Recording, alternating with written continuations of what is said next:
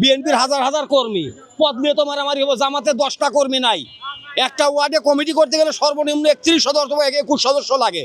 সে 21 সদস্য লোক থাকা লাগে না জামাতের? বিএনপি একটা দল, জনগণের দল। বিএনপি নেতার দল না, বিএনপি জনগণের দল। বিএনপি একমাত্র আল্লাহর বিশেষ রহমতে টিকে আছে। এর সাথে শুরু করে শেখ হাসিনা পর্যন্ত বিএনপির বিরুদ্ধে এমন কোনো ষড়যন্ত্র নাই, ধ্বংস করার জন্য করে নাই। তারপরে বিএনপি কিছু করতে পারে নাই। আর জামাত আলোকলতার, ওরা যার সাথে থাকছে তারই ক্ষতি করছে।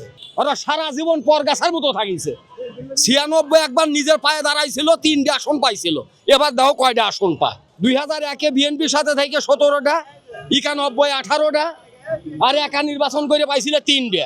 জামাত করো, বিএনপি সমর্থনা করো না। বিএনপির সাথে থেকে এত দূর এগিয়েছ জামাত। বিএনপির সবচেয়ে বড় ভুল জামাতকে সাথে লিয়া তো এগিয়ে দিয়া। সেটা উনি বলছে 3 কোটি টাকা মতো খরচ হয়েছে। ওখানে ওরা অনেকেই আছে যে ডোনার। আমাদের ওখান থেকে যেমন পাবনা থেকে গাড়িগুলো আইছে, অনেক ব্যবসায়ীরা গাড়ি দিছে যে যাও। তারপরে অনেক ব্যক্তিগতভাবে তারা খরচ করে আসে। তারে 3 কোটি টাকা খরচ হইতে আরও কমও হতে পারে।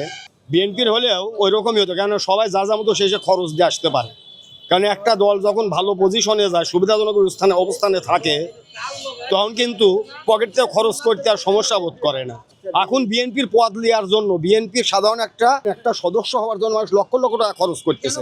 তাও যাতে বিএনপির সদস্যরা থাকতে পারে। বিএনপি একটা বৃহত্তম সংগঠন, জামাত কিন্তু অত বড় সংগঠন না। একটা এলাকায় হাজার হাজার নেতাকর্মী আছে বিএনপির, জামাতে কিন্তু তা নাই। এই জন্য একটু বিবাদটা বেশি হয়। কেননা তারেক রহমান হলো শহীদ প্রেসিডেন্ট জিয়াউর রহমানের ফটোকপি। মাথা যদি ভালো হয়, আস্তে আস্তে গোড়া পর্যন্ত ঠিকই ভালো হয়ে আসে।